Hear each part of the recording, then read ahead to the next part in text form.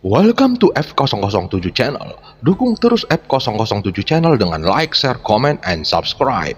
Melanjutkan cerita berikutnya dari Battle Through the Heavens.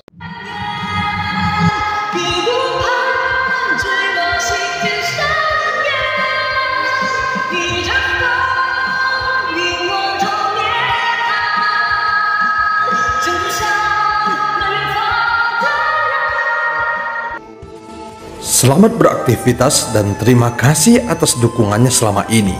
Semoga semua sobat F007 selalu diberikan kesehatan dan rezeki yang berlimpah. Amin ya robbal alamin. Pada part sebelumnya, setelah Ye Tian memasuki tubuh avatar pemakan jiwa, Xiao Yan menghampiri Zhonggu dan yang lainnya. Kemudian mereka menghilang saat diselimuti oleh cahaya keemasan.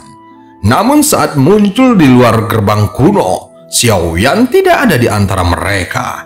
Sementara itu, Xiao Yan berada di ruang yang gelap dan mendengar suara dari roh dunia kuno Dewa Abadi dan Iblis. Setelah mendengar permintaannya, Xiao Yan juga mengajukan persyaratan yang sulit. Setelah Xiao Yan selesai berbicara, roh dunia kuno Dewa Abadi dan Iblis terdiam sejenak. Sesaat kemudian, Xiao Yan masih tidak menerima jawaban dari roh dunia kuno Dewa Abadi dan Iblis. Namun dia tiba-tiba berada dalam keadaan kesurupan. Bersamaan dengan cahaya keemasan yang menyinari kompas terbang. Lalu itu berubah menjadi sosok Xiao Yan. Menghadapi permintaan Xiao Yan, roh dunia kuno Dewa Abadi dan Iblis tidak menolak ataupun menyetujuinya. Walaupun Xiao Yan pernah menjanjikannya sebelumnya dan dia tidak puas dengan sikap Xiao Yan, namun roh dunia kuno Dewa Abadi dan Iblis tidak berani mengambil resiko untuk mempermalukannya. Lagi pula, pada akhirnya dia mungkin harus setuju dengan persyaratan dari Xiao Yan. Mengapa kami keluar lebih awal? Kamu sebenarnya pergi kemana? Saat melihat kemunculan Xiao Yan, Zhonggu dan yang lainnya tidak berbicara. Bahkan Long Biao yang banyak bicara hanya berdiam diri. Bagaimanapun, dia sudah tahu bahwa Xiao Yan bukanlah orang kuat yang bisa mereka provokasi, sehingga dia harus mempertimbangkan sebelum berbicara, dan tampaknya tidak berbicara adalah pilihan terbaik. Adapun orang yang bertanya pada Xiao Yan itu adalah Ye Tian dengan rambut ungunya yang tergerai. Saat ini dia sebenarnya memiliki tampilan ketampanan yang jahat, namun Xiao Yan tidak menjawabnya. Tentu saja dia tidak akan banyak bicara kepada siapapun tentang percakapannya dengan roh dunia kuno Dewa Abadi dan Iblis. Jika kamu tidak ingin mengatakannya, jangan katakan. Hubungi aku lagi ketika kamu akan meninggalkan dunia ini. Oke, sampai jumpa. Tanpa menunggu jawaban Xiao Yan, Ye Tian langsung menggerakkan tubuhnya. Di antara sekian banyak penampakan aneh di kompas terbang, dia langsung menyapu ke dalam kehampaan dan dalam sekejap mata menghilang ke kejauhan. Kenapa kamu keluar? Di atas kompas terbang, Yuyan yang sedang duduk bersila di antara banyak sosok lainnya, tiba-tiba melihat Xiao Yan dengan tatapan aneh. Ini masalah pribadi, aku harus menyelesaikannya terlebih dahulu, kata Xiao Yan begitu pernyataan ini keluar. Selain Yuyan, dua penguasa lainnya tiba-tiba mengerutkan kening dan mereka menatap Xiao Yan dengan tatapan dingin. Urusan pribadi seperti apa yang dimiliki seorang budak dewa? Ceritakan kepada kami, apa pengalamanmu selama berada di dalam gerbang kuno? Apakah misi alam Dewa Iblis Abadi telah diselesaikan? Salah satu penguasa bernama Luoya memiliki kemarahan yang muncul di wajahnya. Jelas sekali dia tidak puas dengan cara Xiao Yan berbicara kepada Yuyan. Hal itu membuatnya sangat tidak bahagia. Lagi pula di matanya, Xiaoyan hanyalah budak dewa dan sama sekali tidak memiliki martabat, apalagi inferioritas. Hentikan omong kosong itu. Segera Yuyan mengerutkan alis Willownya dan berteriak dengan marah. Apakah kamu mendengar itu? Apakah budak dewa sepertimu diizinkan berbicara? Luya langsung setuju, lalu dia menatap Xiaoyan dengan marah. Tampaknya alasannya marah karena Xiaoyan dan yang lainnya keluar hidup-hidup, sehingga membuatnya sangat tidak bahagia. Sedangkan Wen Qiang mati dan hal ini membuatnya sangat malu. Aku sudah mengatakan kepadamu untuk berhenti berbicara omong kosong. Tepat ketika Luya menatap Zhonggu, Xiaoyan dan yang lainnya dengan dingin, suara Yuyan langsung menuju ke arahnya. Yang terakhir langsung menoleh dan melihat sepasang mata indah Yuyan menatapnya dengan marah. Tuan Yuyan, apakah kamu berbicara kepadaku untuk sampah dari dunia lain itu? Luya sangat terkejut melihat ekspresi wajah Yuyan. Bagaimanapun, tidak ada seorang pun yang dipimpinnya selamat, sehingga dia juga sedang dalam mood yang sangat buruk. Namun tanpa diduga, Yuyan justru memarahinya. Wen Qiang bisa dianggap salah satu yang terkuat, dan dia bahkan terkenal di dunia kuno dewa abadi dan iblis. Aku tidak menyangka dia tiba-tiba mati di dalam gerbang kuno. Mungkinkah Wen Qiang dan yang lainnya telah sengaja dibunuh? Hal ini pasti berkaitan dengan mereka. Bagaimanapun, hanya sedikit orang yang berani mengambil tindakan terhadap kelompok Wen Qiang. Dibandingkan dengan kecelakaan, aku lebih percaya bahwa mereka saling bertarung, kata Luya sambil menatap Zhonggu dengan tatapan galak. Lagi pula di matanya, semua budak dewa ini seharusnya mematuhi perintah guru Tao yang mengendalikan mereka. Aku juga pernah mendengar bahwa Zhonggu Daoxi membunuh murid-murid Tao lainnya.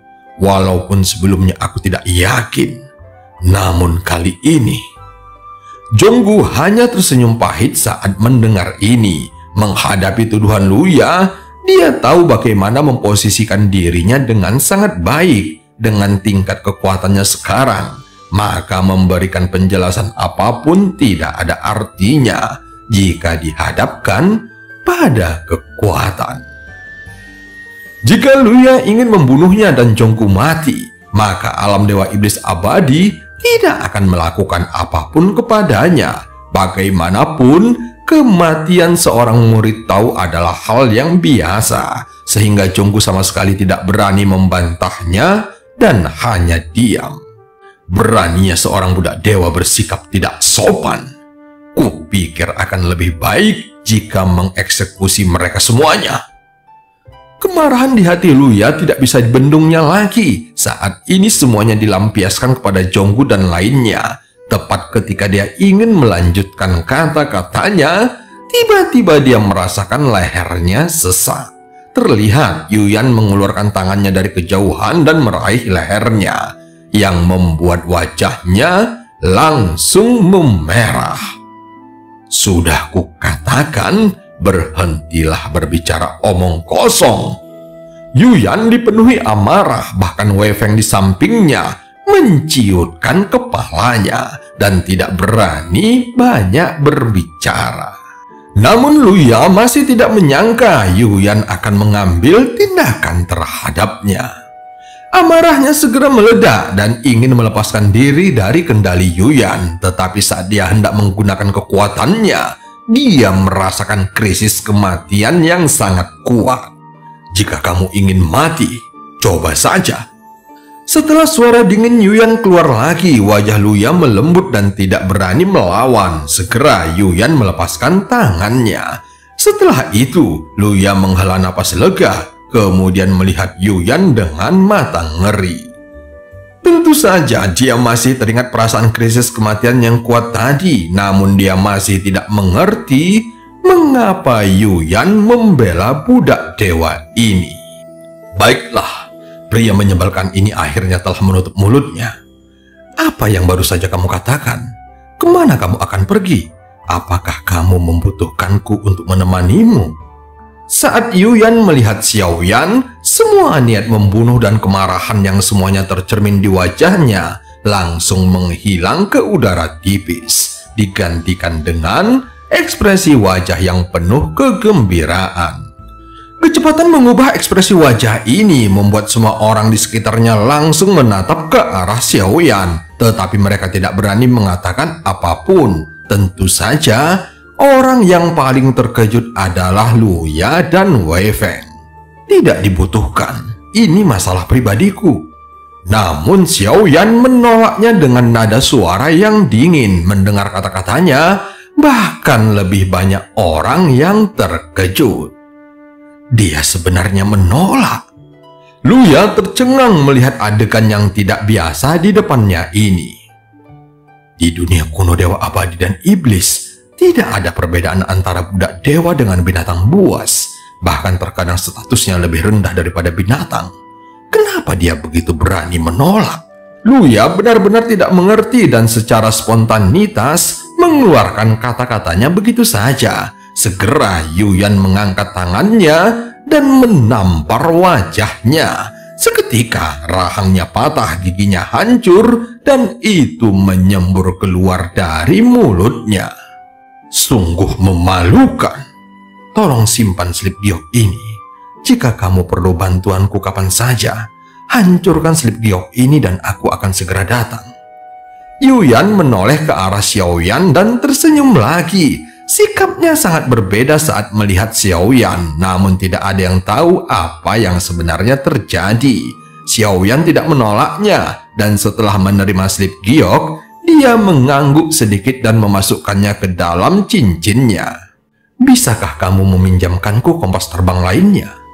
"Tentu, ini kompas terbang terbaikku, dan aku akan memberikannya kepadamu."